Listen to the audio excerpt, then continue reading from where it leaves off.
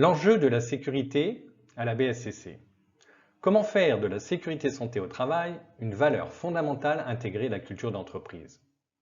À vrai dire, il n'existe pas de solution clé en main pour changer de culture et personne ne peut prétendre détenir la liste des conditions pour établir une culture propice à la santé et à la sécurité, puisque la culture, c'est un tout. La sécurité et la santé des facteurs et des factrices est un sujet fédérateur pour l'ensemble des acteurs de notre écosystème postal. Et pour autant, il ne s'agit plus de limiter la sécurité et la santé au travail à des formules accrocheuses type zéro accident, la sécurité d'abord, puisqu'une valeur n'est pas une priorité. La sécurité et santé au travail doit être définie positivement comme la capacité à s'adapter dans un monde en permanente évolution, à travers des actes de management visibles et sincères dans lesquels on voit l'homme comme la solution et non pas comme le problème. La simplification de nos systèmes ainsi que leur lisibilité est la condition de leur appropriation. Développer une culture de la sécurité santé pour tous, c'est déjà se développer, se transformer individuellement et apprendre à se protéger collectivement. À ces conditions, chacun accepte que faire un bon travail, satisfaire le client, participer au développement de nos activités n'est possible qu'en le faisant en sécurité. La vidéo qui le suit, même si elle comporte quelques contradictions, va dans ce sens.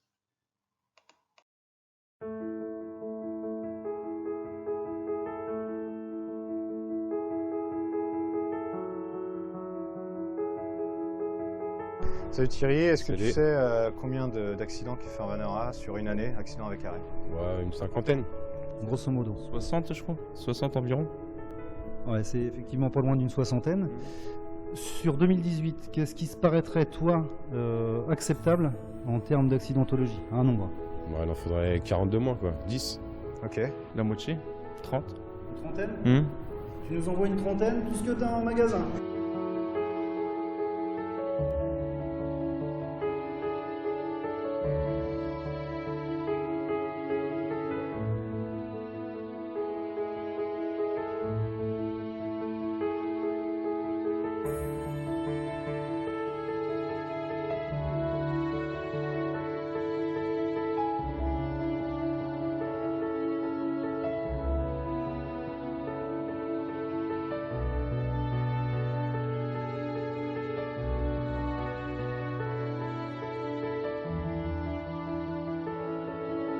Eh les gars, il me faut 10 personnes.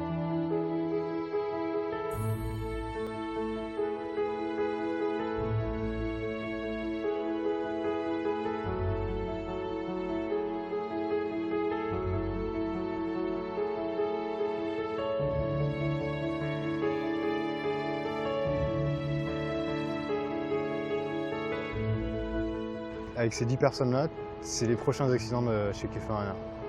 Est-ce que tu penses qu'on pourrait faire mieux? Ouais, bien sûr. Ouais. Du coup, qu'est-ce qui serait bien pour zéro accident? Zéro accident. Ouais, ça c'est l'objectif. Essayons. Ça serait zéro accident avec arrêt.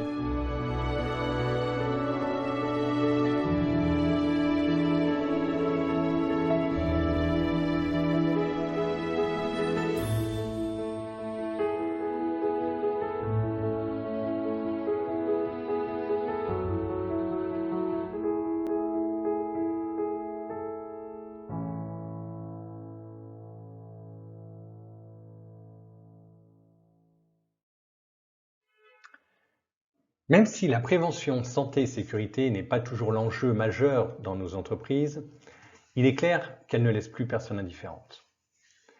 L'accroissement des maladies professionnelles et du mal-être de nos collaborateurs face à leur travail, l'absentéisme, la hausse des taux d'accidents du travail ou des maladies professionnelles nous oblige, au-delà des aspects réglementaires, à remettre en cause nos systèmes de prévention, sécurité, santé pour le bien-être de tous. Pour réduire drastiquement l'accidentologie au sein de la BSCC, une démarche de transformation de la culture dans le domaine de la santé et de la sécurité au travail a été lancée début 2018 par la Direction de la prévention sécurité santé au travail.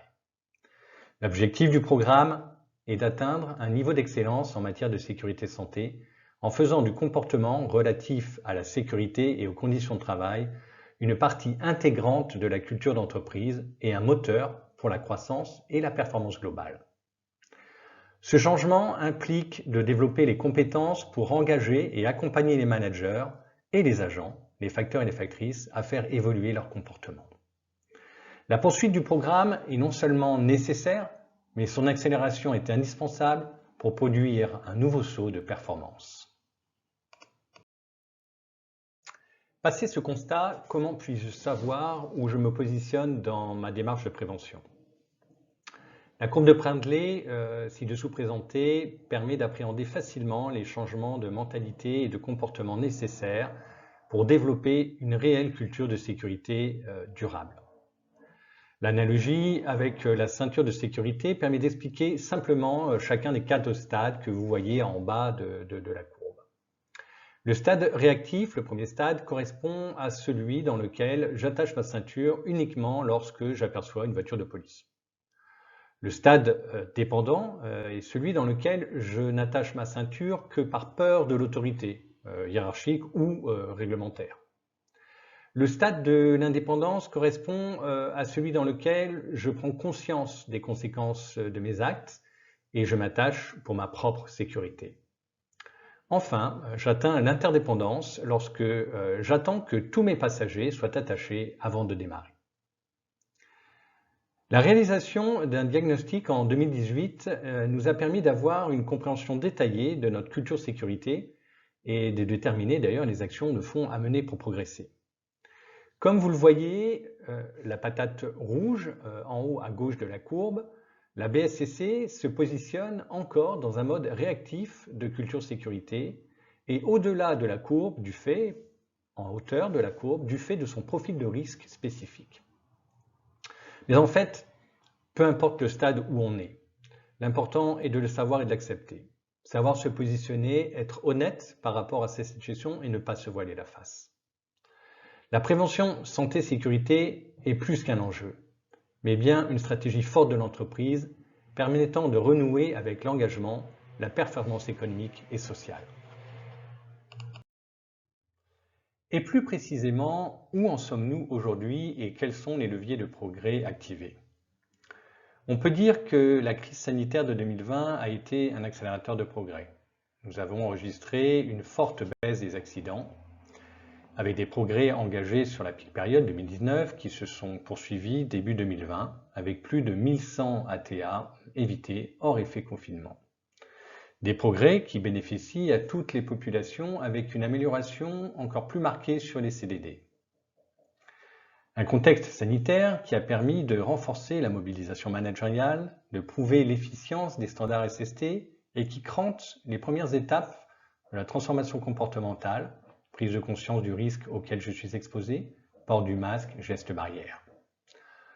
En revanche, l'indicateur SAT est à 33,29 jours par agent, en forte dégradation. L'effet Covid ne suffit pas à lui seul à l'expliquer. Les ALM sont en réduction continue et la baisse des ATA 2020 impacte positivement les résultats. Mais le poids des ATA de 2020 sur l'absentéisme est faible. La dégradation concerne les ATM et en particulier les ATM supérieurs à 30 jours. Réduire les ATM de longue durée permettrait de réduire l'absentéisme de manière significative, car même si les causes des absences ne sont pas toujours identifiables, les études montrent que presque la moitié des ATM de longue durée sont potentiellement en lien avec la QVT, les TMS et ou les conditions de reprise après une longue absence.